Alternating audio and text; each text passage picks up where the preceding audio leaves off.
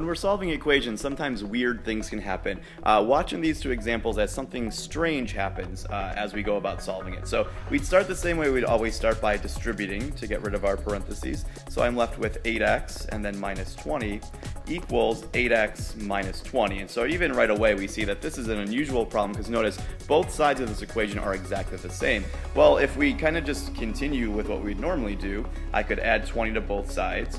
The 20s would then drop out, and so all that's left is 8x equal to 8x. If I try to bring the x's to the same side by subtracting, to combine like terms on both sides, everything drops out. I end up with 0 equal to 0. Anytime your variables drop out, that's the specific thing I'm talking about when something weird happens. Everything in this case, though, is dropped out, not just the variables. So what's left then is just this statement that 0 equals 0. Well, you have to ask yourself, is that true or false? And of course that's true. 0 does equal 0. So what that means, if you ever get this, is that you don't just have one answer, you have an infinite number of answers.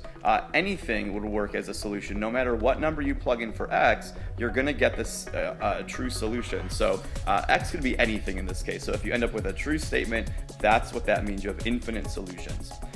Compared to the second example and to see what happens. So once again, let's start with distributing on both sides to remove those parentheses. So I'm left with negative 12 and then plus 6x. Be careful, remember, distribute that negative sign with the 3. So negative 3 times negative 2 is positive 6. And then equal to 6x and then plus 2.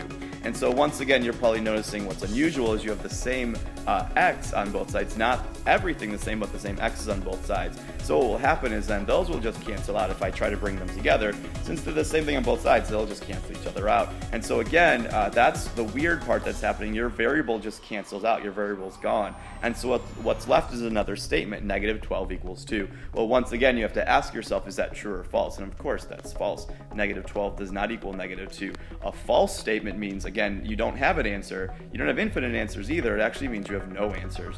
A false statement means there is no solution to this problem. No matter what you plug in for x, you'll never get the same thing on both sides. There's no solutions.